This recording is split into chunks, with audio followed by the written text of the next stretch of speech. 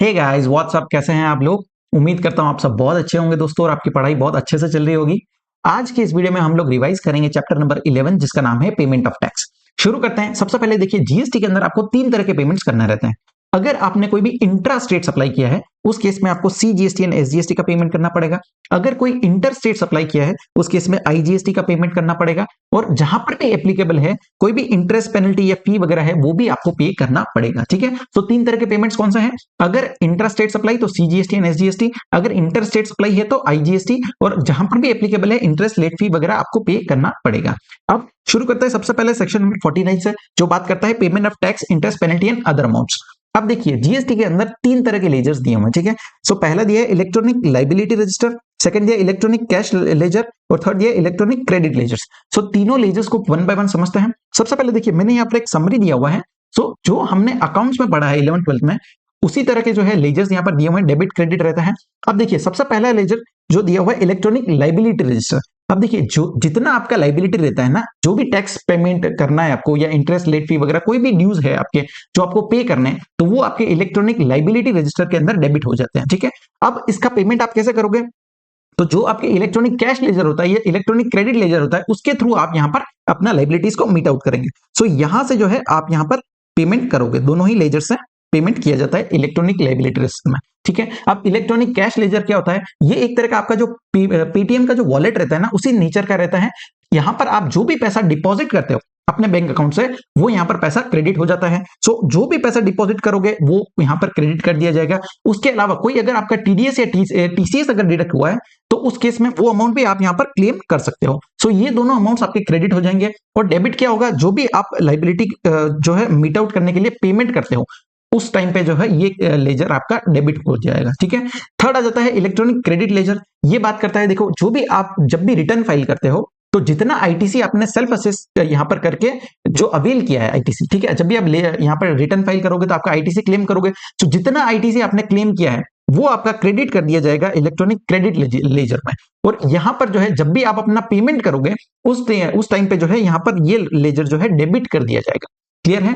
अब एक चीज जो सबसे ज्यादा इंपॉर्टेंट है आपको ध्यान रखनी है कि इलेक्ट्रॉनिक क्रेडिट लेजर के थ्रू आप सिर्फ और सिर्फ आउटपुट टैक्स जो है आपका वही लाइबिलिटी मीट आउट कर सकते हो। ठीक है, लेकिन कैश लेजर के थ्रू आप टैक्स का पेमेंट भी कर सकते हो, interest late fee other dues कोई भी है, कोई भी ड्यूज अगर आपके है, कोई भी लाइबिलिटी अगर है वो आप यहां पर मीट आउट कर सकते हो।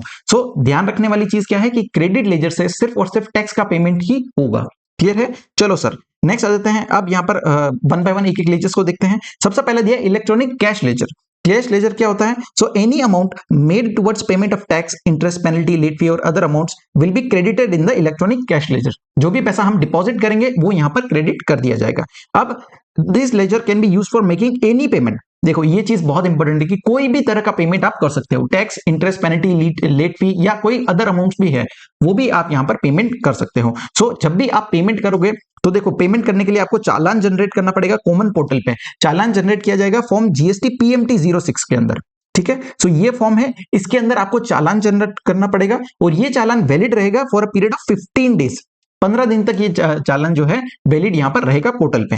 अब आप पेमेंट कौन कौन से मोड्स के थ्रू कर सकते हो, तो देखो यहां पर दिए हुए हैं ऑनलाइन मोड्स दिए हैं, जैसे इंटरनेट बैंकिंग हो गया, क्रेडिट एंड डेबिट कार्ड हो गया, यूपीआई एंड आईएमपीएस। सो ये आपके ऑनलाइन मोड्स हो गए। ऑफलाइन पेमेंट अगर आप करना चाहो तो एनईएफटी, आरटीजीएस और ओवर द काउंटर, मतलब बैंक में जाकर के भी आप टैक्स का पेमेंट कर सकते हो। लेकिन ओवर द काउंटर के केस में यहां पर लिमिट दिया हुआ है कि आप 10,000 पर चालान पर tax period by cash, cheque और डिमांड ड्राफ्ट। सो 10,000 रुपीज तक का ही आप यहां पर पेमेंट कर सकते हो ओवर द काउंटर। ठीक है, सो ये लिमिट यहां पर ओवर द काउंटर के लिए दिया हुआ है।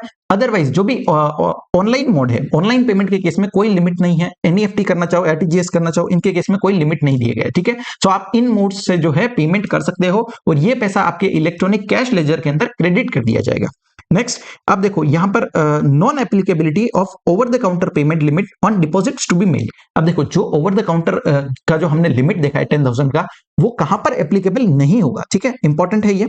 सबसे पहला, कोई भी पैसा अगर डिपॉजिट किया जा रहा है गवर्नमेंट डिपार्टमेंट के द्वारा या फिर कोई भी पर्सन ने जिसको नोटिफाई किया है कमिश्नर ने, तो उस केस में 10,000 का लिमिट आपको नहीं देखना, उससे ज्यादा भी पैसा आप डिपॉजिट कर सकते हो। सेकंड बोला है प्रॉपर ऑफिसर और एनी अदर ऑफिसर ऑथोराइज्ड, कोई प्रॉपर प्रॉपर ऑफिसर है या कोई अदर ऑफिसर है जिसको ऑथोराइज किया गया है टू रिकवर आउटस्टैंडिंग ड्यूज, मतलब आपका कोई रिकवरी चल रहा है, सो उस ऑफिसर ने क्या किया, रिकवरी किया है आपका by selling any selling of movable और इमूवेबल प्रॉपर्टी, सेल करके कोई पैसा रिकवर किया है, उस केस में वो ऑफिसर जो है यहाँ पर 10,000 से ज्यादा अमाउंट भी डिपॉजिट कर सकता है। सेकंड केस क्या बोला है, अगर प्रॉपर ऑफिसर पैसा कलेक्ट करता है the amount of by way of cash, cheque और demand draft during any investigation, किसी इन्वेस्टिगेशन के दौरान आपसे पैसा कलेक्ट किया गया है या फिर कोई इन्फोर्समेंट एक्टिविटी के दौरान अगर कोई पैसा कलेक्ट किया गया है, तो वो पैसा जो है यहाँ पर ओवर द काउंटर डिपॉजिट किया जा सकता है। 10,000 से ज्यादा भी होगा तो भी अलाउड रहेगा। क्लियर है? सो ये एक्सेप्शंस थे जहां पर आप 10,000 से ज्यादा का अमाउंट भी ओवर द काउंटर डिपॉजिट कर सकते हो। नेक्स्ट आ जाते हैं, अब देखिए जब भी आप चालान जनरेट करोगे तो आपको एक सीपिन मिलेगा, ठीक है, जिसको बोलते हैं कॉमन पोर्टल आइडेंटिफिकेशन नंबर। अब देखिए ये जब भी आप चालान जनरेट करते हो तो ये नंबर जनरेट होता है, ये एक तरह का 14 डिजिट का यूनिक नंबर होता है जो आपके चालान को आइडेंटिफाई करता है, और ये कितने दिन वैलिड रहेगा, तो 15 डेज सेम, ठीक है, जितने दिन चालान वैलिड रहेगा उतने ही दिन सीपिन यहाँ पर वैलिड रहने वाला है। अब आपका सीपिन जनरेट हो गया, चालान जनरेट कर दिया, अब उस चालान के अगेंस्ट जो है आपको पेमेंट करना पड़ेगा, ठीक है। सो जो भी चालान जनरेट हुआ आप पेमेंट करोगे। अब जब भी आपने सक्सेसफुली पैसा पे कर दिया तो एक यहाँ पर CIN जनरेट होगा, ठीक है, जिसको बोलते हैं चालान आइडेंटिफिकेशन नंबर। अब ये CIN 18 डिजिट का रहता है, जिसमें 14 डिजिट वही सीपिन रहता है प्लस 4 डिजिट जो है बैंक का कोड रहता है।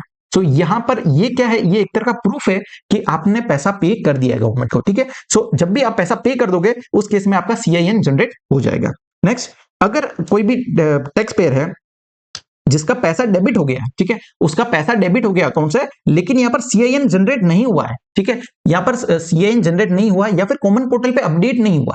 कॉमन पोर्टल पे आपका जब भी CIN जनरेट होता है, सो जब भी आप पेमेंट करते हो तो वहां पर आ जाता है कि अमाउंट इज पेड, ठीक है। अगर वो यहाँ अपडेट नहीं हुआ है, आपने पैसा डेबिट हो गया आपके अकाउंट से, पैसा पे कर दिया, लेकिन वो अगर डेबिट अगर आपके पोर्टल पे शो नहीं हो रहा है, उस केस में क्या बोला है, तो person making the deposit can make representation in form GST PMT 07। तो वो अपना रिप्रेजेंटेशन यहाँ पर GST PMT 07 के अंदर दे सकता है, ठीक है। अब नेक्स्ट आ जाता है date deposit of tax dues. अब डेट ऑफ डिपॉजिट कब माना जाएगा, तो देखो जिस दिन आप पैसा क्रेडिट हो जाता है गवर्नमेंट के बैंक अकाउंट में, जिस दिन पैसा गवर्नमेंट के बैंक अकाउंट में क्रेडिट हो गया, वो डेट को हम date of deposit of tax मानेंगे, ठीक है। सो ये दो डेट्स आपको नहीं माननी, कौन कौन सी, date of presentation of cheque या फिर डेट ऑफ पेमेंट, वो रेलेवेंट नहीं है। जिस दिन गवर्नमेंट के अकाउंट में पैसा आया, जिस दिन गवर्नमेंट के अकाउंट में पैसा क्रेडिट हुआ, वो डेट आपका डेट ऑफ डिपॉजिट माना जाएगा। क्लियर है? नेक्स्ट बोला है where the bank fails to communicate the details of CIN to the common portal. अगर देखो आपने जो है यहाँ पर जब भी पैसा पे किया है तो बैंक ने अगर कम्युनिकेट नहीं किया है और अगर आपके कॉमन पोर्टल पे अपडेट नहीं हुआ है, ठीक है, कि आप वो पैसा पेड नहीं बता रहा है, उस केस में जो है आप ई कैश लेजर को अपडेट कर सकते हो on the basis of E scroll of RBI। अब ई स्क्रॉल क्या होता है, देखिए RBI जो है यहाँ पर जो भी बैंक्स होती है उनके पास सारा डिटेल होता है कि कौन असेसी है और कितना पैसा डिपॉजिट किया गया है। सो वहां से जो है आप डिटेल यहाँ पर अपडेट कर सकते हो अपने इलेक्ट्रॉनिक कैश लेजर के अंदर। क्लियर है? नेक्स्ट यहाँ पर एक टर्म दिया है BRN, बैंक रेफरेंस नंबर। अब देखो ये क्या होता है, ये एक तरह का ट्रांजैक्शन नंबर है given by the bank for payment against a challan. So जब भी आप कोई UPI ट्रांजैक्शन भी करते हो तो एक ट्रांजैक्शन ID आता है, उसी तरह का ये एक तरह का ट्रांजैक्शन नंबर रहता है। जब भी आप पेमेंट करते हो अगेंस्ट एनी चालान तो आपका BRN जनरेट होगा। नेक्स्ट आ जाता है EFPB, ये क्या होता है, इलेक्ट्रॉनिक फोकल पॉइंट ब्रांच। अब देखो ये ब्रांचेस होती है बैंक की जिनको ऑथोराइज किया हुआ है to collect payment of GST। So ये ऑथोराइज किया जाता है बैंक्स के द्वारा, ये बैंक्स ये ब्रांचेस जो है कलेक्ट करती है GST का पेमेंट। क्लियर है?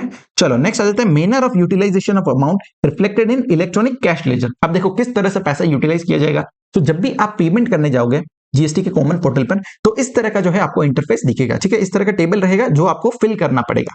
अब देखो इसके अंदर जो है दो चीजें हैं, पहला ये होते हैं मेजर हेड्स, ठीक है, IGST हो गया, CGST, SGST और UTGST and GST compensation cess. So ये आपके मेजर हेड्स होते हैं। और माइनर हेड्स क्या होते हैं, टैक्स हो गया, इंटरेस्ट हो गया, पेनल्टी, फी और एनी अदर अमाउंट। तो ये सारे आपके माइनर हेड्स होते हैं, ठीक है। सो इस फॉर्मेट में आपको जो है अमाउंट फिल करना होता है और इस तरह से जो आप अपना पेमेंट करोगे। अब देखो पहला जो टर्म है ये टैक्स का अमाउंट, इसको बोलते हैं टैक्स ड्यूज, ठीक है, ये टैक्स ड्यूज बोला जाता है। और यहां पर ये जो अमाउंट्स है interest, penalty, fee or other, इनको बोलते हैं अदर ड्यूज। सो दो टर्म्स आपको ध्यान होना चाहिए, जो भी टैक्स का पैसा है उसको बोलते हैं टैक्स ड्यूज, और जो भी अदर अमाउंट्स है, ठीक है, इंटरेस्ट, पेनल्टी, अदर फीस जो भी है उनको बोलते हैं अदर ड्यूज। सो जब भी आप पैसा पे कर रहे हो तो आप जो है सिर्फ इलेक्ट्रॉनिक क्रेडिट लेजर से सिर्फ और सिर्फ आप टैक्स ड्यूज का पैसा ही पे कर सकते हो, ठीक है। अदर ड्यूज आप पे नहीं कर सकते हो इलेक्ट्रॉनिक क्रेडिट लेजर से, क्लियर है। तो जबकि जो इलेक्ट्रॉनिक कैश लेजर होता है उसके थ्रू आप कोई भी पैसा पे कर सकते हो, चाहे वो टैक्स हो, इंटरेस्ट हो, पेनल्टी हो, अदर अमाउंट हो, कोई भी पैसा आप पे कर सकते हो इलेक्ट्रॉनिक कैश लेजर से, क्लियर है। सो ये चीज आपको ध्यान रखना है। नेक्स्ट आ जाता है transfer of amount reflected in electronic cash ledger. अब देखिए, अगर आप कोई अमाउंट ट्रांसफर करना चाहो, मान लीजिए मेरा कोई पेनल्टी का अमाउंट है सीजीएसटी के अंदर, ठीक है, और इस अमाउंट को मुझे यहां पर ट्रांसफर करना है, यहां पर ट्रांसफर करना है, ठीक है, टैक्स अमाउंट में ट्रांसफर करना है एसजीएसटी का। सो क्या मैं वो कर सकता हूं क्या? बिल्कुल वो अलाउड है, लेकिन आपको जो है यहां पर एक फॉर्म फिल करना पड़ेगा, जीएसटी पीएमटी 09। सो ये फॉर्म फिल करके जो है आप अपना पैसा जो है ट्रांसफर कर सकते हो, किसी भी एक मेजर या माइनर हेड का पैसा किसी दूसरे मेजर या माइनर हेड में ट्रांसफर किया जा सकता है, ठीक है। नेक्स्ट इंपॉर्टेंट चीज जो आपको ध्यान रखनी है कि अगर कोई व्यक्ति चाहे, ठीक है, so a registered person can transfer any amount from one major or minor head to another major or minor head in the electronic cash ledger, और सेकंड क्या बोला है, to transfer any amount available in the E cash ledger to the E cash ledger of IGST or CGST of distinct person. अब देखिए, मेरा ही कोई दूसरा एंटिटी, ठीक है, सेम पेन पे सेपरेट रजिस्ट्रेशन लिया हुआ है, एक एंटिटी राजस्थान के अंदर है, दूसरा एंटिटी जो है वो महाराष्ट्र के अंदर है। सो उस केस में अगर मैं अपना कोई पैसा ट्रांसफर करना चाहूं, ई कैश लेजर का बैलेंस ट्रांसफर करना चाहूं, तो वो मैं कर सकता हूं, लेकिन सिर्फ और सिर्फ आईजीएसटी और सीजीएसटी का पैसा ही ट्रांसफर कर सकता हूं। और वो कब कर सकता हूं? आपको जो है यहां पर फॉर्म फिल करना पड़ेगा, जीएसटी पीएमटी 09, और एक कंडीशन है जो आपको फुलफिल करनी है कि there is no unpaid liability in his electronic liability register. मतलब पता चला मेरा ही लाइबिलिटी ड्यूज है और मैं पैसा दूसरों को ट्रांसफर कर रहा हूं, वो अलाउड नहीं है। अगर आपका सारा पैसा जो है आप पे कर चुके हो, उस केस में अगर एक्सेस पैसा है तो आप अपने डिस्टिंक्ट पर्सन को यहां पर ट्रांसफर कर सकते हो, क्लियर है। चलो नेक्स्ट यहां पर बोला है कि जीएसटी के अंदर सिंगल चालान रहता है, ठीक है, आपको अलग अलग चालान नहीं बनाने की, टैक्स का अलग हो गया, इंटरेस्ट अलग हो गया, पेनल्टी अलग हो गया, या फिर सीजीएसटी एक के अंदर अलग, एसजीएसटी एक के अंदर अलग, ऐसा चीज नहीं रहेगा, ठीक है। आपको ये जो टेबल दिया हुआ है इसी तरह का टेबल आपको देखने को मिलेगा कॉमन पोर्टल पे, और आपको यहाँ पर एक सिंगल चालान यहाँ पर जो है फिल करना है और आप यहाँ पर जीएसटी का पेमेंट कर सकते हो, ठीक है। नेक्स्ट आ जाते हैं, registered person has to claim, registered person को क्या करना पड़ेगा? क्लेम करना पड़ेगा टीडीएस और टीसीएस का अमाउंट, ठीक है। हमने जब ये टेबल देखा था, सो यहां पर देखो टीडीएस और टीसीएस का अमाउंट आपको क्लेम करना पड़ता है अपने इलेक्ट्रॉनिक कैश लेजर में, वो आप ही का पैसा है। लेकिन देखो यहां पर as of now GST common portal पे ऐसा कोई भी फैसिलिटी नहीं है for automatic updation, automatic update नहीं होता है, तो आपको ये अमाउंट क्लेम करना पड़ेगा, ठीक है। नेक्स्ट यहां पर रूल नंबर 88 जो बात करता है, a unique identification number shall be generated at the common portal for each debit or credit into the electronic cash or credit ledger, ठीक है। तो जब भी आप यहां पर कॉमन पोर्टल पे जाओगे तो आप अपना कोई भी लेजर देख सकते हो, ठीक है, आपका इलेक्ट्रॉनिक कैश लेजर है, इलेक्ट्रॉनिक क्रेडिट लेजर है, तो आप देख सकते हो जितने आपके डेबिट्स हुए हैं, जितने क्रेडिट्स हुए हैं, हर एक एंट्री यहां पर आपको शो किया जाएगा, ठीक है। चलो नेक्स्ट आ जाता है इलेक्ट्रॉनिक क्रेडिट लेजर। अब इलेक्ट्रॉनिक क्रेडिट लेजर क्या होता है? जो भी आपका सेल्फ असेस्ड टैक्स होता है, ठीक है, जितना आपने आईटीसी सेल्फ असेस्ड किया है, जब भी यहां पर जो है जीएसटी क्या है, ट्रस्ट बेस्ड टैक्सेशन रिजिम है, हर व्यक्ति अपना जो लाइबिलिटी खुद यहां पर असर्टेन करता है, कितना आईटीसी उसको एलिजिबल है वो खुद डिटरमाइन करता है। सो जितना आपने सेल्फ असेस्ड आईटीसी लिया है अपने रिटर्न के अंदर, वो पैसा जो है आपके इलेक्ट्रॉनिक क्रेडिट लेजर के अंदर क्रेडिट कर दिया जाएगा, क्लियर है। सो यहां पर जो भी आपका इलेक्ट्रॉनिक क्रेडिट लेजर का बैलेंस है उसको आप यूज कर सकते हो for making payment of only tax, ठीक है, सिर्फ टैक्स के पेमेंट के लिए उसको यूज कर सकते हो, अदर ड्यूज के लिए आप इलेक्ट्रॉनिक क्रेडिट लेजर का पैसा यूज नहीं कर सकते, क्लियर है। चलो अब जब भी आप टैक्स का पैसा यूज करोगे, किसके लिए? सिर्फ आउटवर्ड टैक्स की जितनी आपकी लाइबिलिटी है उसके अगेंस्ट ही यूज कर सकते हो। आउटवर्ड टैक्स क्या होता है? देखो जितना आपने सेल्स किया है और जितना आपका लाइबिलिटी है वो पेमेंट करने के लिए आप यहां पर इलेक्ट्रॉनिक क्रेडिट लेजर का यूज कर सकते हो, ठीक है, but excludes tax payable by him on reverse charge basis. अगर आपका कोई आरसीएम के अंदर कोई टैक्स का पेमेंट आ रहा है तो उसके लिए भी आप इलेक्ट्रॉनिक क्रेडिट लेजर का यूज नहीं कर सकते, वो भी आपको जो है कंपलसरीली कैश में ही पे करना पड़ेगा, ठीक है। सो इलेक्ट्रॉनिक कैश लेजर के थ्रू ही आप आरसीएम का पेमेंट भी कर सकते हो। नेक्स्ट आ जाते हैं order of utilisation.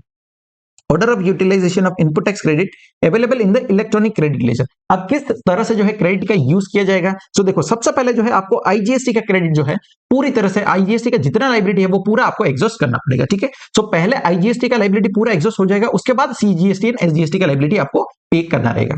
So IGST का लाइबिलिटी सबसे पहले क्या यूज करेंगे? आईजीएसटी का लाइबिलिटी अगर है तो सबसे पहले आईजीएसटी का क्रेडिट यूज करेंगे और उसके बाद जो है सीजीएसटी या एसजीएसटी किसी भी ऑर्डर में आप यहां पर फुलफिल कर सकते हो, ठीक है। नेक्स्ट सीजीएसटी का कोई लाइबिलिटी है उस केस में सबसे पहले सीजीएसटी का क्रेडिट यूज करेंगे और अगर कोई लाइबिलिटी बच जाता है उस केस में आप आईजीएसटी का यहां पर क्रेडिट जो है यूज कर सकते हो। एंड लास्ट अगर कोई एसजीएसटी या यूटीजीएसटी का लाइबिलिटी है उसको कैसे पे करेंगे? तो आपको जो है एसजीएसटी या यूटीजीएसटी का जो है क्रेडिट यूज करोगे पहले, और उसके बाद कोई पैसा बच जाता है तो उस केस में आईजीएसटी का क्रेडिट आप यूज कर सकते हो। एक चीज जो बहुत ज्यादा इंपॉर्टेंट है, आप कभी भी जो है सीजीएसटी का पेमेंट करने के लिए एसजीएसटी का क्रेडिट यूज नहीं कर सकते, एंड वाइस वर्सा, अगर कोई एसजीएसटी का लाइबिलिटी है उसको पे करने के लिए सीजीएसटी का क्रेडिट यूज नहीं कर सकते। क्लियर है? सो ये चीज बहुत ज्यादा इंपॉर्टेंट है। The CGST credit cannot be utilise for payment of SGST or UTGST, and same ways the SGST or UTGST credit cannot be utilise for payment of CGST. Clear है? So manner of utilisation आपको समझा, ये बहुत ज्यादा important है। सबसे पहले IGST का लाइबिलिटी पूरा एग्जॉस्ट होना चाहिए, उसी के बाद आप सीजीएसटी एंड एसजीएसटी का लाइबिलिटी देखोगे। ठीक है? जब भी आईजीएसटी का लाइबिलिटी पे कर रहे हो तो सबसे पहले आईजीएसटी का क्रेडिट देखो, उसके बाद अगर कोई और भी लाइबिलिटी बचता है उसके इसमें सीजीएसटी या एसजीएसटी का कोई भी बैलेंस आप यहां पर यूज कर सकते हो। नेक्स्ट सीजीएसटी के केस में क्या करोगे, सबसे पहले सीजीएसटी का क्रेडिट ले लो, उसके बाद जो है आप आईजीएसटी का क्रेडिट यूज कर सकते हो। एंड एसजीएसटी के लिए भी सेम है, सबसे पहले एसजीएसटी का क्रेडिट यूज करेंगे, उसके बाद जो है यहां पर आईजीएसटी का क्रेडिट यूज कर सकते हैं। ठीक है? नेक्स्ट यहां पर दिया है other aspects in electronic credit ledger. अब देखो पहला पॉइंट क्या बोला है, in case any discrepancy is notice in the electronic credit laser. अगर आपके इलेक्ट्रॉनिक क्रेडिट लेजर में कोई भी डिस्क्रिपेंसी आपको नोटिस होती है, उस केस में आप वो डिस्क्रिपेंसीज को कम्युनिकेट कर सकते हो, अपने जो भी ज्यूरिसडिक्शनल ऑफिसर है उसको यहां पर कम्युनिकेट करके वो मैटर को सॉल्व करा सकते हो। ठीक है? Next, no entry shall be made directly in the electronic credit ledger. हमने देखा है कि इलेक्ट्रॉनिक क्रेडिट लेजर में कौन सा पैसा आता है, जो आपने सेल्फ असेस आईटीसी लिया है वही यहां पर क्रेडिट किया जाता है। सो उस केस में आप कोई भी डायरेक्ट एंट्री इस लेजर के अंदर नहीं कर सकते। ठीक है? जितना आपने रिटर्न में क्लेम किया है वही यहां पर शो हुआ। क्लियर है? चलो नेक्स्ट आ जाता है common points for electronic cash or credit ledger. अब देखो जब भी आप कोई रिफंड क्लेम कर रहे हो, ठीक है, मान लीजिए आपका कोई बैलेंस है इलेक्ट्रॉनिक कैश लेजर में या इलेक्ट्रॉनिक क्रेडिट लेजर में, सो आप यहां पर रिफंड ले सकते हो। सो अगर आपने जब भी रिफंड क्लेम किया है तो क्या होगा, आपका जो पैसा है वो डेबिट कर दिया जाएगा, आपके लेजर से डेबिट हो जाएगा वो पैसा। ठीक है? और अगर आपका रिफंड रिजेक्ट हो जाता है, अगर आपका रिफंड क्लेम जो है वो रिजेक्ट हो जाता है आइदर फुल्ली और पार्टली, उस केस में जो है वो पैसा जो डेबिट हुआ था वो वापस से पैसा क्रेडिट कर दिया जाएगा आपके लेजर के अंदर। क्लियर है? तो अगर आधा रिफंड ही क्लेम हुआ है, ठीक है, आधा जो क्लेम किया था आपने रिफंड, वो आधा पैसा ही यहाँ पर पास हुआ है और आधा रिजेक्ट कर दिया गया, सो उस केस में आधा अमाउंट जो है वापस से क्रेडिट कर दिया जाएगा। क्लियर है? सो देखो यहाँ पर मैं आपको पूरे लेजर्स भी बताता हूँ। ये देखो सबसे पहला कैश लेजर के अंदर ये क्रेडिट साइड होगा, डेबिट साइड होगा। क्रेडिट साइड में क्या होगा, सबसे पहले जो भी आपने अमाउंट डिपॉजिट किया है वो यहाँ पर क्रेडिट साइड में शो होगा। दूसरा टीडीएस या टीसीएस कोई भी क्लेम कर रहे हो वो भी क्रेडिट साइड में शो होगा। अब ये पैसा का यूज कैसे करोगे, तो जो भी पैसा आपको पे करना है for payment of tax, tax के पेमेंट के लिए भी यूज कर सकते हो, कोई इंटरेस्ट पेनल्टी या अदर ड्यूज है उसके पेमेंट के लिए भी आप यहां पर यूज कर सकते हो, और अगर कोई पैसा बच जाता है तो आप यहां पर रिफंड क्लेम कर सकते हो। ठीक है? जो भी आपका इलेक्ट्रॉनिक कैश लेजर में क्या है वो आप ही का पैसा है, आप जब चाहो उसका रिफंड क्लेम कर सकते हो। Next, electronic ledger credit ledger में क्या होता है, जितना आपका सेल्फ असेस्ड आईटीसी है वो यहां पर क्रेडिट हो जाएगा, और ये आप यूज कर सकते हो, आपका जो भी आउटवर्ड टैक्स है उसका पेमेंट करने के लिए आप ये यूज कर सकते हो। Next, electronic liability register. Liability register के अंदर डेबिट साइड में आपका सारा लाइबिलिटी यहां पर दिखाया जाएगा कि कितना पैसा आपको पे करना है टैक्स के लिए, इंटरेस्ट के लिए, फीस के लिए, या कोई भी अदर ड्यूज है, ठीक है, या फिर कोई भी आपका आउटवर्ड टैक्स है। सो ये सारा लाइबिलिटी डेबिट साइड में शो होगा, और इसका पेमेंट आप कैसे कर सकते हो, सो इलेक्ट्रॉनिक कैश लेजर से पेमेंट कर सकते हो और इलेक्ट्रॉनिक क्रेडिट लेजर से पे कर सकते हो। ठीक है? सो इस तरह से जो है तीनों लेजर्स आपके रहने वाले हैं। नेक्स्ट आ जाते हैं electronic liability register. Liability register हमने देखा कि जो भी आपका लाइबिलिटी होगा वो डेबिट साइड में शो हो जाएगा। ठीक है? So electronic liability register will reflect the total tax liability of a tax payer after netting of for a particular tax period. So net of करने के बाद जितना लाइबिलिटी बचता है, मान लीजिए मेरा आउटवर्ड टैक्स का लाइबिलिटी है 50,000, उसके अंदर जो है मेरे को 30,000 का आईटीसी अवेलेबल है, उस केस में नेट ऑफ करने के बाद मेरा लाइबिलिटी कितना रहा वही यहां पर नेट ऑफ अमाउंट शो होगा 20,000 का। क्लियर है? चलो नेक्स्ट आ जाते हैं order of discharge of tax and other dues. अब देखो जब भी कोई लाइबिलिटी है तो किस ऑर्डर में डिस्चार्ज की जाएगी। सो सबसे पहले आप क्या डिस्चार्ज करोगे, all dues related to previous period. ठीक है? जितना प्रीवियस पीरियड का जितना बकाया है सबसे पहले वो पे करना पड़ेगा। वर्ड क्या यूज किया है, ऑल ड्यूज। ठीक है? ध्यान रखना है, all dues includes tax dues and other dues. So जितना भी ड्यूज आपका प्रीवियस ईयर का है, प्रीवियस पीरियड का है, वो आपको सबसे पहले पे करना पड़ेगा। Next, all dues related to current tax period, and last में क्या बोला है, all dues including demand determined under section 73 and 74। अगर आपका कोई डिमांड निकाला गया है तो वो आप जो है सबसे लास्ट में पे करोगे। सो सबसे पहले प्रीवियस टैक्स पीरियड का आपको पैसा पे करना है, उसके बाद करंट टैक्स पीरियड का, और उसके बाद अगर कोई डिमांड का अगर डिमांड ऑर्डर आया है तो वो पेमेंट आपको लास्ट में करना रहेगा। क्लियर है? चलो नेक्स्ट आ जाता है सेक्शन नंबर 50, जो बात करता है interest on delayed payment tax. ये सेक्शन बहुत ज्यादा इंपॉर्टेंट है, बहुत अच्छे से समझना।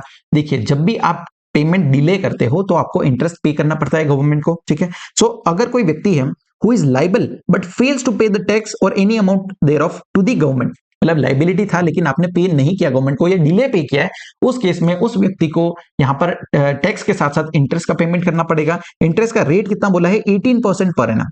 क्लियर है? सो कितना रेट दिया है? 18% पर एनम की रेट से आपको इंटरेस्ट का पेमेंट भी करना पड़ेगा। जितने दिन आप डिले करोगे उतना यहाँ पर रहेगा, ठीक है। सो आपका अमाउंट हो गया मल्टीप्लाई बाय 18% का rate of interest multiply by जितने डेज है, ठीक है। मान लीजिए 50 डेज डिले है या 60 डेज डिले है तो 60 डिवाइड बाय 365, इस तरह से जो है आपको इंटरेस्ट का कैलकुलेशन करना रहेगा। क्लियर है? नेक्स्ट बोला है where the input tax credit has been wrongly availed and utilised. क्या बोला है? अगर मैंने आईटीसी गलत तरीके से अवेल किया, अवेल करना अलग चीज है और यूटिलाइज करना अलग चीज है। मान लीजिए मैंने कोई गलत आईटीसी अवेल कर लिया लेकिन वो मेरा अवेल करके मेरे इलेक्ट्रॉनिक क्रेडिट लेजर में पड़ा हुआ है वो अमाउंट, अगर मैंने यूटिलाइज नहीं किया है तो मुझे कोई भी तरह का इंटरेस्ट पेमेंट करने की जरूरत नहीं है, ठीक है। लेकिन अगर कोई आईटीसी मैंने गलत अवेल करके यूटिलाइज भी कर लिया, मतलब मैंने कोई पेमेंट करते समय, कोई मेरा लाइबिलिटी मीट आउट करते समय मैंने वो अमाउंट को यूटिलाइज कर दिया है, उस केस में मुझे इंटरेस्ट पे करना पड़ेगा। इंटरेस्ट का रेट कितना रहेगा? तो सेम रेट है यहाँ पर 18% पर एनम। क्लियर है? सो इंटरेस्ट का रेट एक ही दिया हुआ है, 18% का रेट यहाँ पर रहने वाला है, ठीक है। चलो नेक्स्ट आ जाते हैं रूल नंबर 88B। ये बात करता है manner of calculating interest on delayed payment tax. So किस तरह से जो है यहाँ पर इंटरेस्ट का कैलकुलेशन रहेगा, ठीक है। सो दो कॉन्सेप्ट दिए हैं। सबसे पहले देखो, अगर आपका कोई पैसा है जो आपको पे करना है लेकिन आपने डिले किया है पेमेंट करने में, ठीक है। मान लीजिए मेरा कोई भी ड्यूज है, ठीक है। मान लीजिए मेरा कोई लाइबिलिटी है जो कि 20 मार्च का है।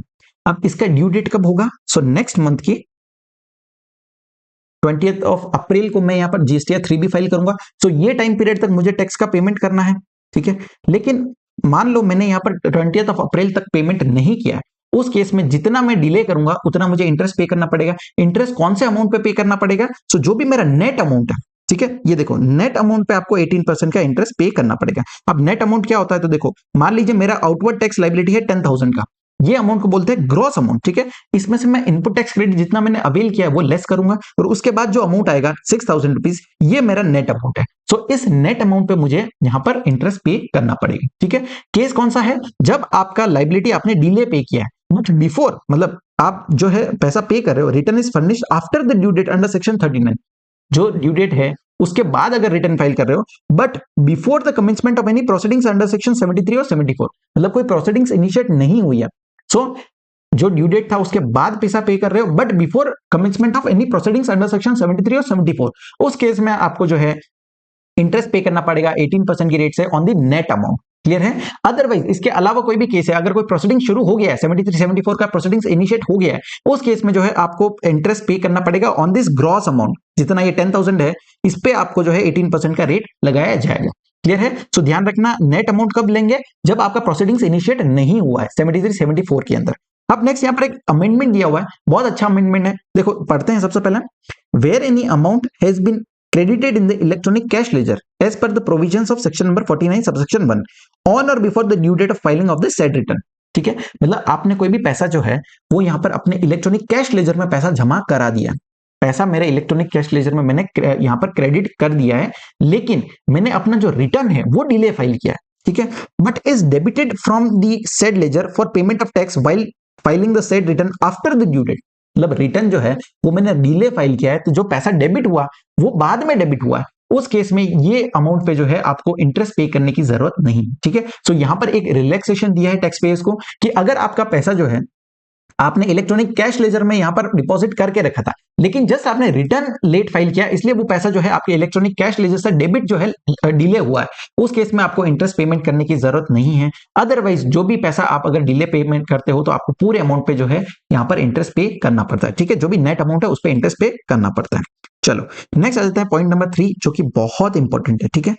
अब ध्यान से समझना ये पॉइंट क्या बोलता है, where interest is payable on amounts of ITC wrongly availed and utilize. अब देखो, अगर कोई केस है जहां पर आपने आईटीसी रॉन्गली अवेल करके यूटिलाइज कर दिया तो उस केस में इंटरेस्ट का कैलकुलेशन कैसा रहने वाला, ये पॉइंट नंबर 3 बताता है, ठीक है। सो ध्यान से सुनना, अगर कोई मैंने आईटीसी अवेल किया है गलत तरीके से, रॉन्गली अवेल्ड आईटीसी है, उस पर मुझे कोई भी तरह का इंटरेस्ट पे करने की जरूरत नहीं है, ठीक है। अगर मैंने आईटीसी गलत तरीके से अवेल किया, लेकिन अगर मैंने आईटीसी जो है गलत तरीके से अवेल करके यूटिलाइज कर दिया तो जिस दिन यूटिलाइज किया है वहां से जो है मेरे को इंटरेस्ट का कैलकुलेशन चालू हो जाएगा और मुझे इंटरेस्ट का पेमेंट करना पड़ेगा। क्लियर है? सो अब पता कैसे चलेगा किस दिन यूटिलाइज किया है, कौन से अमाउंट पे पे करना है? सो एक एग्जांपल से समझते हैं, ठीक है। मान लीजिए मेरा जनवरी मंथ का कोई लाइबिलिटी है, ठीक है। जनवरी मंथ में मैंने रोंगली आईटीसी अवेल कर दिया, ठीक है। जनवरी मंथ में रोंगली आईटीसी अवेल किया, लेकिन इसका पता मुझे चला है अक्टूबर मंथ में। अक्टूबर मंथ में मुझे पता चलता है कि मैंने जो है आईटीसी गलत तरीके से अवेल कर दिया। मैंने क्या वो पैसा यूटिलाइज किया होगा, नहीं किया होगा, कैसे पता चलेगा? मान लो जो मैंने आईटीसी गलत तरीके से अवेल किया था वो 5 लाख रुपीस है, ठीक है। सो आपको देखना है कि जनवरी से लेकर के अक्टूबर तक कोई भी मंथ में अगर आपके इलेक्ट्रॉनिक कैश लेजर का जो electronic liability register electronic credit laser जो है, क्रेडिट लेजर का जो बैलेंस है, अगर वो 5 लाख से कम गया है, उस केस में वो पैसा मान लिया जाएगा कि आपने यूटिलाइज कर दिया है। सो गवर्नमेंट हमेशा आप प्रिज्यूम करती है कि आप जो है हमेशा जो एलिजिबल क्रेडिट है वो पहले यूज करोगे और उसके बाद जो है इन एलिजिबल क्रेडिट को यूज करोगे। सो मान लो मेरा जो जून मंथ में है, जून मंथ के अंदर मेरा जो इलेक्ट्रॉनिक क्रेडिट लेजर है उसका बैलेंस जो है अगर वो 2 लाख रुपीस आ जाता है, तो मतलब क्या अज्यूम करेंगे यहाँ पर, क्या माना जाएगा कि ये जो 3 लाख रुपए है, मतलब 5 लाख गलत अवेल किया था, उसमें से मेरा बैलेंस 2 लाख रुपीस ही है, मतलब 3 लाख रुपीस जो है मैंने यहाँ पर गलत तरीके से यूटिलाइज भी कर दिया है, ठीक है। सो जून मंथ में जिस महीने में मैंने यूटिलाइज किया है वहां से मेरा इंटरेस्ट का कैलकुलेशन चालू हो जाएगा। क्लियर है? अब इंटरेस्ट का कैलकुलेशन कब से देखना है, तो देखो जून मंथ में भी आपको ध्यान रखना है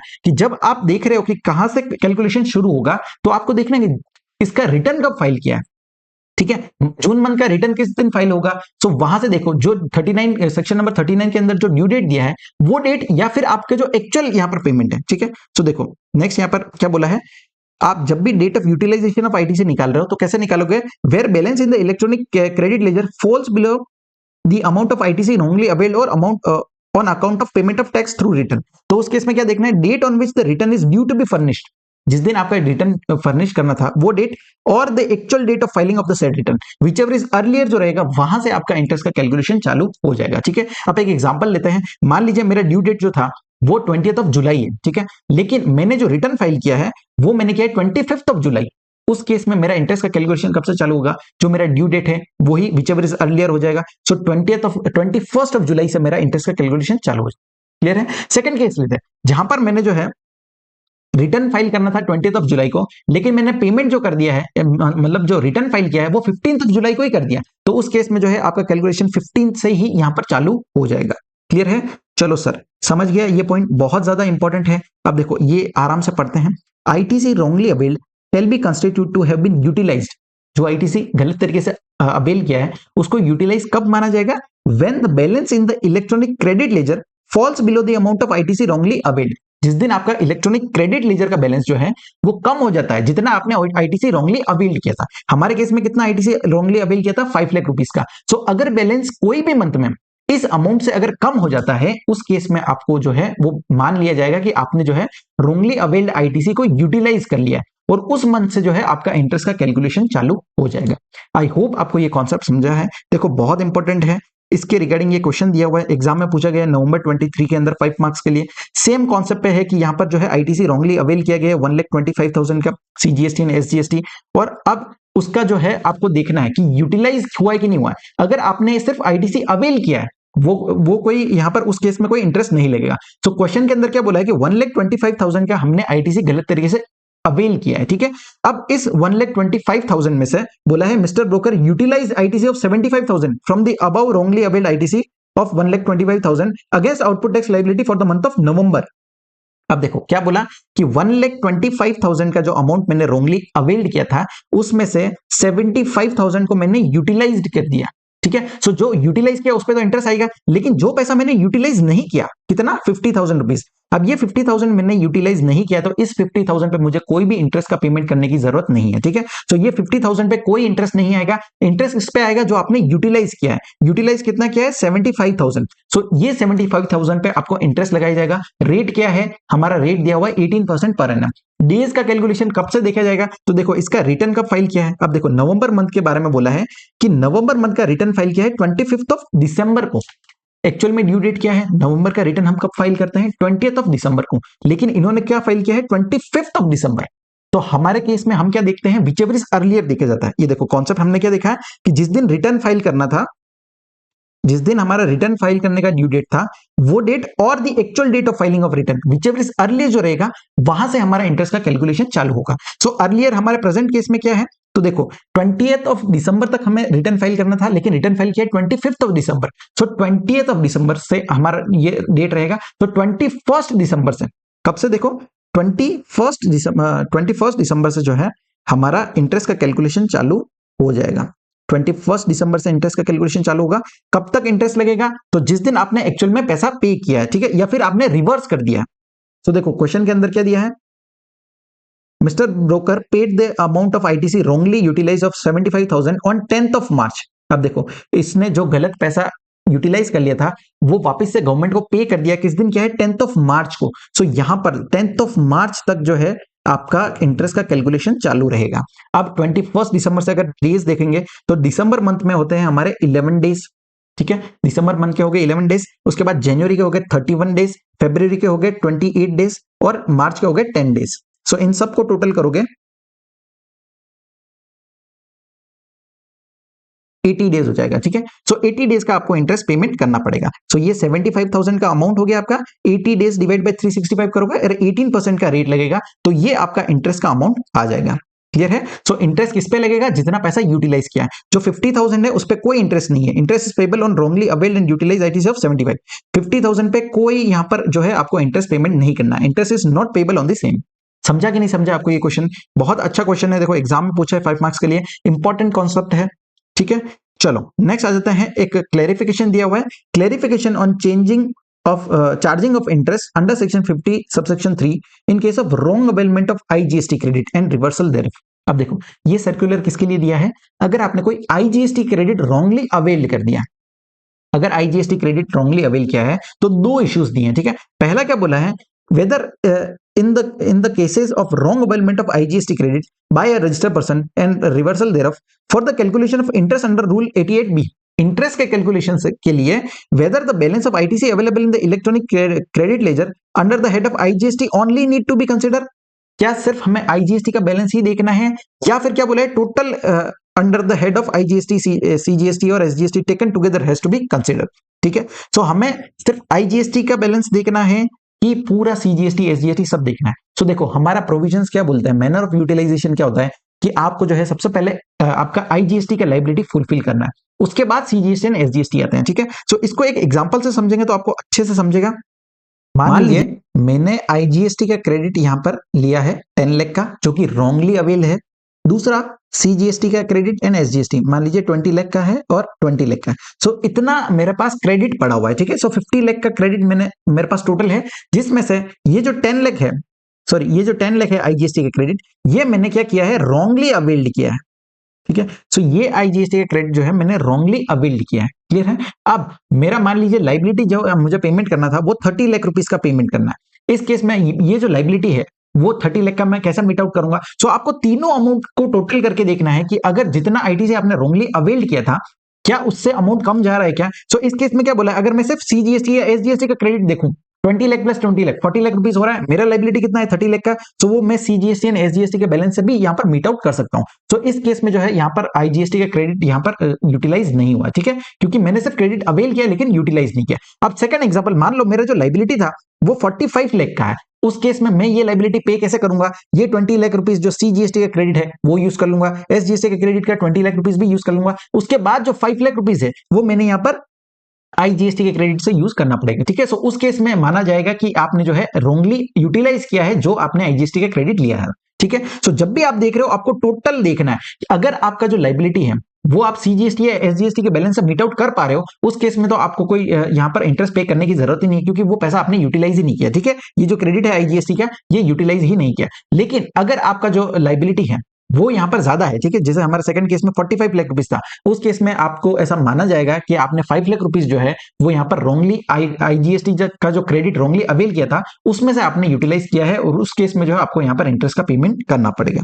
क्लियर है। चलो फर्स्ट आपको क्लेरिफिकेशन समझा, तो क्या बोला है, the total ITC available in the electronic credit ledger under the head of IGST CGST and SGST taken together has to be considered. So सबको साथ में मिला के आपको देखना रहेगा कि अगर वो बैलेंस कम जाता है जितना आपने लॉन्गली आईटीसी अवेल्ड किया है उससे अगर कम जा रहा है तो फिर उसका इंटरेस्ट आपको पे करना पड़ेगा। क्लियर है? चलो नेक्स्ट सेकंड इशू क्या बोलता है, whether the credit of compensation is available in the electronic credit ledger shall be taken into account while considering the balance in the electronic credit ledger। तो मान लीजिए आपका कोई जीएसटी कंपनसेशन सेस का कोई बैलेंस पड़ा है, तो क्या आप वो यूज कर सकते हो क्या फॉर पेमेंट ऑफ जीएसटी? आपका जो सीजीएसटी या एसजीएसटी या आईजीएसटी का कोई लायबिलिटी है वो पे करने के लिए आप यूज कर सकते हो क्या? So the answer is no, you can not use. जो जीएसटी कंपनसेशन सेस है वो पूरा ही तरह से अलग चलता है, उसका बैलेंस आप कभी भी यूज नहीं कर सकते हो आपकी सीजीएसटी या एसजीएसटी या आईजीएसटी की लायबिलिटी को पे करने के लिए। क्लियर है? चलो यही सर्कुलर था। फर्स्ट पॉइंट जो है वो इंपॉर्टेंट है, जब आपको ध्यान रखना है कि आपको बैलेंस साथ में मिला करके देखना है। अगर साथ में मिला करके अगर बैलेंस कम जा रहा है तो उस केस में इंटरेस्ट का पेमेंट आएगा और वो पैसा माना जाएगा कि आपने यूटिलाइज कर लिया है।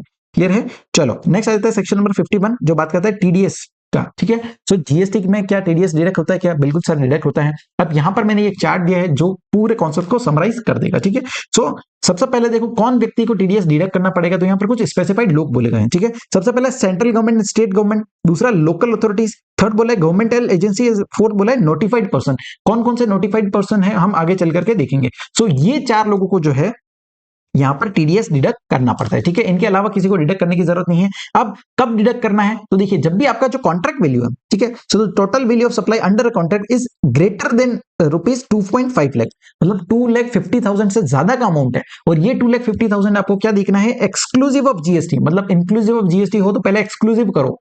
अगर अमाउंट जो है 2.5 लाख रुपए से ज्यादा का है उस केस में यहाँ पर टीडीएस डिडक्ट करना पड़ेगा। रेट क्या रहेगा, तो देखो रेट दिया है 1% सीजीएसटी का, अगर एसजीएसटी है तो 1%, और अगर आईजीएसटी का केस है उस केस में 2% का रेट रहने वाला है। क्लियर है? अब जो पैसा डिडक्ट करते हैं, ये इन अथॉरिटीज को बोला है कि आपको जो है डिडक्ट करना है, ये स्पेसिफाइड पर्सन है, ये जब भी पैसा डिडक्ट करेंगे टीडीएस का तो इनको गवर्नमेंट को डिपॉजिट करना पड़ेगा। कब तक डिपॉजिट करना है, जिस मंथ में आपने डिडक्ट किया है उस मंथ के अगले मंथ में 10th तारीख को। ठीक है, so with in 10 days from the end of the month, जिस मंथ में पैसा डिडक्ट किया है उसका एंड होते ही 10 दिन, अगले महीने की 10 तारीख तक आपको पैसा डिपॉजिट करना रहेगा। क्लियर है? नेक्स्ट नो टीडीएस का कॉन्सेप्ट देखो, अब किस केस में टीडीएस डिडक्ट नहीं होगा।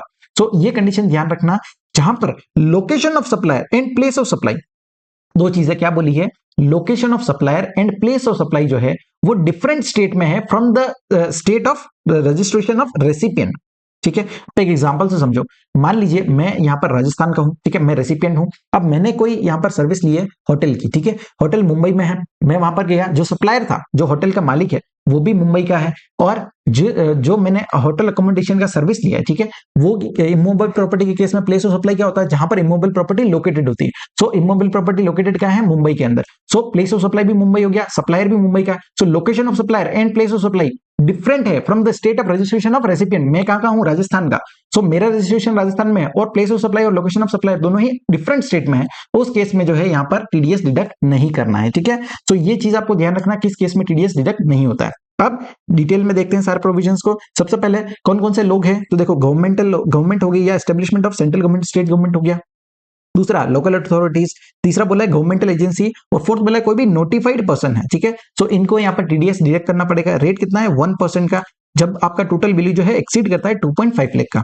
अब नोटिफाइड पर्सन कौन कौन है, तो देखो एनी अथॉरिटी और बोर्ड और any other body setup by an act of parliament और स्टेट लेजिस्लेशन, मतलब कोई ऐसा बॉडी है जो setup by an act of parliament है, जैसे हमारा आईसीआई है वो setup by an act of parliament है। ठीक है, और दूसरा क्या बोला, established by any government with 51% और more participation by way of equity और control to carry out the function. So ऐसा कोई एंटिटी या ऐसा कोई एस्टेब्लिशमेंट जिसमें गवर्नमेंट का जो पार्टिसिपेशन है वो 51% या उससे ज्यादा है, ठीक है, तो वो यहाँ पर कवर हो जाएगा। नेक्स्ट बोला है societies established by the central government और स्टेट गवर्नमेंट और local authority under the society registration act, और थर्ड बोला है पब्लिक सेक्टर अंडरटेकिंग, पीएसयू कोई है, और फोर्थ यहाँ पर जो अमेंडमेंट है, any registered person receiving supplies of metal scrap. अब देखो मेटल स्क्रैप के बारे में अमेंडमेंट आया था। सो अगर कोई रजिस्टर्ड पर्सन है जो रिसीव कर रहा है supplies of metal scrap from other registered person, so वो भी यहाँ पर नोटिफाइड पर्सन के केस में आ जाएगा, और ये व्यक्ति को जो है यहाँ पर टीडीएस डिडक्ट करना पड़ेगा। रेट क्या है, 1% सीजीएसटी, 1% एसजीएसटी, और अगर आईजीएसटी है तो यहाँ पर 2% रहने वाला है। ठीक है, जब आपका कॉन्ट्रैक्ट का वैल्यू 2,50,000 से ज्यादा होता है, ये अमाउंट हमें एक्सक्लूसिव ऑफ जीएसटी देखना रहेगा। ठीक है, नेक्स्ट आ गया no TDS in the following cases. इन केसेस के अंदर टीडीएस डिडक्ट करने की जरूरत नहीं है। पहला बोला है where payment made to an unregistered supplier, मतलब पेमेंट किसको किया है, अनरजिस्टर्ड सप्लायर को कर रहे हो, तो टीडीएस डिडक्ट करने की जरूरत नहीं है। दूसरा where when tax is to be paid on reverse charge basis by the recipient, अगर आरसीएम में यहाँ पर टैक्स पे करना है रेसिपिएंट को तो भी टीडीएस डिडक्ट नहीं करना है। थर्ड बोला है when the supply is nil rated, exempted और नॉन टैक्सेबल सप्लाई, तो उस केस में भी आपको टीडीएस डिडक्ट नहीं करना है। और फोर्थ क्या बोला है, where the location of supply and place of supply जो है वो डिफरेंट स्टेट में है from the state of registration of recipient, तो उस केस में भी आपको यहाँ पर टीडीएस डिडक्ट नहीं करना है। सो 4 सिनेरियोज हमने देखे। आप एक एग्जांपल से समझते देखो, मान लीजिए मेरा कोई सप्लाई है, मैंने गवर्नमेंट को सप्लाई किया है, ठीक है। सो उसका वैल्यू था 10 लाख रुपीस का। अब ये 10 लाख रुपीस में एग्जाम सप्लाई भी है और टैक्सेबल सप्लाई भी है, ठीक है। सो टैक्सेबल सप्लाई कितना है, मान लीजिए 3 लाख रुपीस का है और एग्जाम सप्लाई है 7 लाख रुपीस का। सो आपको ध्यान रखना है जब भी आप यहां पर वैल्यू देख रहे हो तो आपको टैक्सेबल का देखना है, ठीक है। जितना टैक्सेबल है वो अमाउंट आपको कंसिडर करना है, एग्जाम्प्ट वाला कभी भी कंसिडर नहीं करना है। दूसरा एग्जांपल लेते हैं, मान लीजिए 5 लाख रुपीस का टोटल है, उसमें मेरा जो है टैक्सेबल और एग्जाम्प्ट दोनों है कंपोनेंट, ठीक है। टैक्सेबल मान लीजिए 2 लाख रुपीस है और यहाँ पर एग्जाम जो है 3 लाख रुपीस है, तो उस केस में क्या आपको टीडीएस डिडक्ट करना पड़ेगा, क्या नहीं करना पड़ेगा, ठीक है। क्योंकि हम हमेशा जो है टैक्सेबल वैल्यू देखेंगे, अगर टैक्सेबल वैल्यू मोर देन 2,50,000 है तो उस केस में टीडीएस डिडक्ट होगा, अदरवाइज जो है टीडीएस डिडक्ट करने की जरूरत नहीं है। ध्यान रखना 2.5 लाख रुपए से ज्यादा बोला है, अगर 2,50,000 भी है तो भी टीडीएस नहीं आएगा। एक्सीडिंग अगर 2,50,000 है उस केस में टीडीएस डिडक्ट किया जाएगा। क्लियर है? चलो सर नेक्स्ट आ जाता है डिपॉजिट ऑफ टैक्स क्या रहेगा, तो 10th of the succeeding month, इस डेट को आपको यहाँ पर टैक्स का जो भी पैसा कलेक्ट किया है वो आपको यहाँ पर डिपॉजिट करना पड़ेगा। नेक्स्ट बोला है categories of person not liable to deduct tax. अब ये लोगों के बारे में बोला है कि आपको टीडीएस जो है डिडक्ट नहीं करना है। कौन सा बोला है, पहला बोला है वेयर गुड्स और services are supplied from a PSU to another PSU whether और नॉट अ डिस्टिंक्ट पर्सन, मतलब कोई एक पीएसयू किसी और पीएसयू को कोई सप्लाई कर रही है गुड्स का या सर्विस का, तो उनको यहां पर जो है टीडीएस डिडक्ट करने की जरूरत नहीं है। दूसरा बोला है व्हेन सप्लाई ऑफ गुड्स और services taken place between one person to another person specified under clause A B C D of section number 51 subsection 1 except the person refer to in clause D. Clause D वाला कौन सा है, ये metal scrap वाला। तो ये व्यक्ति को छोड़ करके अगर जो भी व्यक्ति हमने यहां पर देखे ये एबीसीडी है, ये अगर आपस में कोई सप्लाई कर रहे हैं, ठीक है। मान लीजिए कोई डिपार्टमेंट है, डिपार्टमेंट ऑफ सेंट्रल गवर्नमेंट अगर कोई सप्लाई कर रहा है, किसको कर रहा है, लोकल अथॉरिटी को, तो वो यहां पर टीडीएस डिडक्ट करने की जरूरत नहीं है। तो अगर ये आपस में ही कोई सप्लाई कर रहे हैं तो टीडीएस डिडक्ट करने की जरूरत नहीं है। अदरवाइज जो है कोई अदर पर्सन है तो उस केस में टीडीएस का प्रोविजंस एप्लीकेबल हो जाएंगे। क्लियर है? चलो नेक्स्ट आ जाता है टीडीएस सर्टिफिकेट। अब देखिए जो भी व्यक्ति टीडीएस डिडक्ट करता है उसको यहाँ पर टैक्स सर्टिफिकेट देना पड़ता है टीडीएस सर्टिफिकेट का। वो कहां पर देगा, the content of form GSTR 7A के अंदर यहाँ पर दिए जाएंगे। क्या क्या कंटेंट रहेगा, तो देखो टीडीएस सर्टिफिकेट नंबर होगा, GSTN of deductor, name of deductor, GSTN of deductee, legal name हो गया, ट्रेड नेम हो गया, tax period in which tax deducted and accounted for in GSTR 7, details of supply, amount of tax deducted, ये सारी details यहाँ पर TDS certificate के अंदर रहने वाली है। सो जो भी व्यक्ति यहाँ पर टीडीएस डिडक्ट करेगा वो यहाँ पर एक सर्टिफिकेट प्रोवाइड करेगा। ठीक है, नेक्स्ट आ जाता है non remittance by the deductor. अब देखिए कोई भी पैसा आपने टीडीएस के नाम पे कलेक्ट किया तो आपका क्या जिम्मेदारी है कि आप उसको गवर्नमेंट को डिपॉजिट करोगे। सो अगर किसी डिडक्टर ने पैसा डिडक्ट किया लेकिन गवर्नमेंट को यहाँ पर जो है पे नहीं किया और या फिर डिले पे किया, उस केस में उसको वो पैसा पे, अगर नहीं पे किया तो उसको पैसा पे करना पड़ेगा, और अगर डिले पे किया तो उसको साथ में इंटरेस्ट का पेमेंट भी करना पड़ेगा। सो इंटरेस्ट का इंटरेस्ट अंडर सेक्शन 50 भी उसको पे करना पड़ेगा along with the amount of tax. Clear है? नेक्स्ट आ जाता है reflection of amount of TDS. अब देखिए जो भी पैसा मैंने टीडीएस की फॉर्म में डिडक्ट किया है, ठीक है, मेरा कोई पैसा डिडक्ट किया गया है, उस केस में वो पैसा मेरे रिफ्लेक्ट होगा। कहाँ रिफ्लेक्ट होगा, इलेक्ट्रॉनिक कैश लेजर में, या फिर जो भी रिटर्न फाइल किया है बाय द डिडक्टर वो यहाँ पर शो होगा। और जो भी व्यक्ति का पैसा डिडक्ट किया गया है वो यहाँ पर क्लेम कर सकता है अपने इलेक्ट्रॉनिक कैश लेजर के अंदर। ठीक है, हमने देखा है टीडीएस टीसीएस आप क्लेम कर सकते हो, तो वो आपके यहाँ पर इलेक्ट्रॉनिक कैश लेजर के अंदर क्रेडिट हो जाएगा। ठीक है, next determination of amount on default. अगर कोई भी डिफॉल्ट होता है किसी भी तरह का, उस केस में जो है आपके ऊपर सेक्शन नंबर 73 एंड 74 की प्रोसीडिंग्स जो है इनिशिएट कर दी जाएगी। ये समझ लो सेक्शन नंबर 73 एंड 74 जीएसटी के अंदर ब्रह्मास्त्र है। अगर कहीं भी आप बात नहीं मानोगे डिपार्टमेंट की तो वो सीधा 73 एंड 74 आपके ऊपर लगा दिए जाएंगे। ठीक है, नेक्स्ट आ जाता है refund of excess and erroneous deduction. मान लीजिए आपने कोई एक्सेस डिडक्शन कर लिया है, ठीक है, या फिर इरोनियस डिडक्शन कर दिया, तो उस केस में क्या बोला है, द डिडक्टर और the deductee can claim refund of excess deduction और इरोनियस डिडक्शन। मतलब कोई ज्यादा पैसा डिडक्ट कर दिया है तो जो ज्यादा डिडक्ट कर दिया है उसका आप रिफंड यहाँ पर क्लेम कर सकते हो। ठीक है, आप रिफंड ले सकते हो। लेकिन अगर वो पैसा आपके इलेक्ट्रॉनिक कैश लेजर में डिपॉजिट कर दिया गया, ठीक है, क्या बोला है, if the deducted amount is already credited in the electronic cash laser, अगर आपके इलेक्ट्रॉनिक कैश लेजर में ऑलरेडी डिपॉजिट हो गया है उस केस में जो है आपको रिफंड नहीं मिलेगा। ठीक है, क्योंकि आपको क्या हुआ, आपने एक्सेस पे किया। ठीक है, मान लीजिए मुझे 100 रुपया पे करना था लेकिन मेरा कितना हो गया, 200 रुपीज पे हो गया। सो अगर ये पैसा जो है 200 रुपीज मेरे अगर इलेक्ट्रॉनिक कैश लेजर के अंदर क्रेडिट कर दिया गया, यहां पर अगर क्रेडिट कर दिया गया कैश लेजर के अंदर, तो क्या होगा, ये पैसा मैं यूज कर सकता हूं, मेरा कोई भी लाइबिलिटी है, ठीक है। और कैश लेजर का लाइबिलिटी, अगर कैश लेजर में कोई पैसा है तो वो आप टैक्स के लिए भी यूज कर सकते हो, इंटरेस्ट पेनल्टी अदर कोई ड्यूज है उसके लिए भी यूज कर सकते हो। तो अगर ये 200 रुपीज यहां पर शो हो गया है तो उस केस में जो है आपको रिफंड नहीं मिलेगा। लेकिन कोई पैसा डिडक्ट हुआ है लेकिन आपके यहां पर अगर शो नहीं हुआ, क्रेडिट नहीं हुआ है, उस केस में जो है आप यहां पर रिफंड क्लेम कर सकते हो। क्लियर है? तो यहां पर हमारा जो है पेमेंट ऑफ टैक्स का पूरा चैप्टर कंप्लीट होता है। आई होप आपको अच्छा लगा ये वीडियो। आज के लिए इतना ही। Thank you so much.